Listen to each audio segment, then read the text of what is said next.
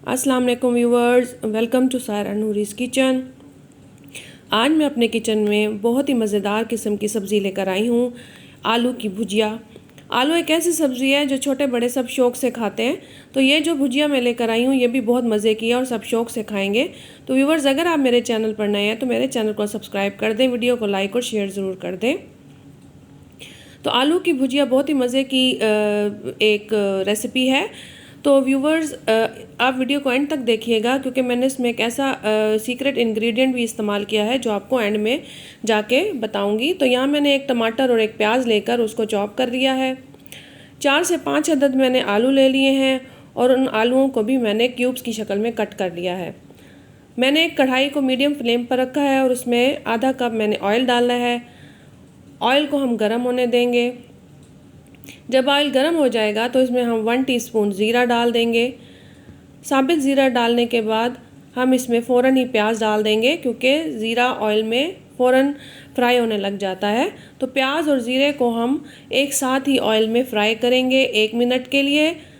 यहाँ हमने प्याज को ब्राउन नहीं करना बल्कि हमने इसको सिर्फ हल्का सा फ्राई करना है। तो जब ये इसका कलर हल्का सा तब्दील होने लगेगा तो फिर हमने यहाँ पे इसमें एक बहुत बड़ा टमाटर डाल देना है जो कि मैंने चॉप कर लिया था। तो एक बड़ा टमाटर चॉप करके अब मैंने इसमें ऐड कर दिया है। अब टमाटर को भी हम प्याज और ज़ीरे के साथ ऑयल में फ्राई करेंगे और हम प्याज और टमाटर को उस वक्त तक फ्राई करेंगे जब तक टमाटर का जो पानी है वो ड्राई नहीं हो जाता। तो जब टमाटर का पानी ड्राई हो जाएगा तो हम इसमें दूसरे मसाले डालेंगे और ये सारे मसाले हमारे किचन में आसानी से अवेलेबल होते हैं और हमें बाहर से कोई स्पेशल मसाला नहीं मंगवाना पड़ता। तो यहाँ टमाटर का पानी खुश्क हो चुका है और ऑयल हमें नज़र आ रहा है। तो यहाँ पे मैं 2 टीस्पून रेड चिली पाउडर डाल दूँगी। आप कम या ज़्यादा कर सकते हैं अपने टेस्ट के मुताबिक।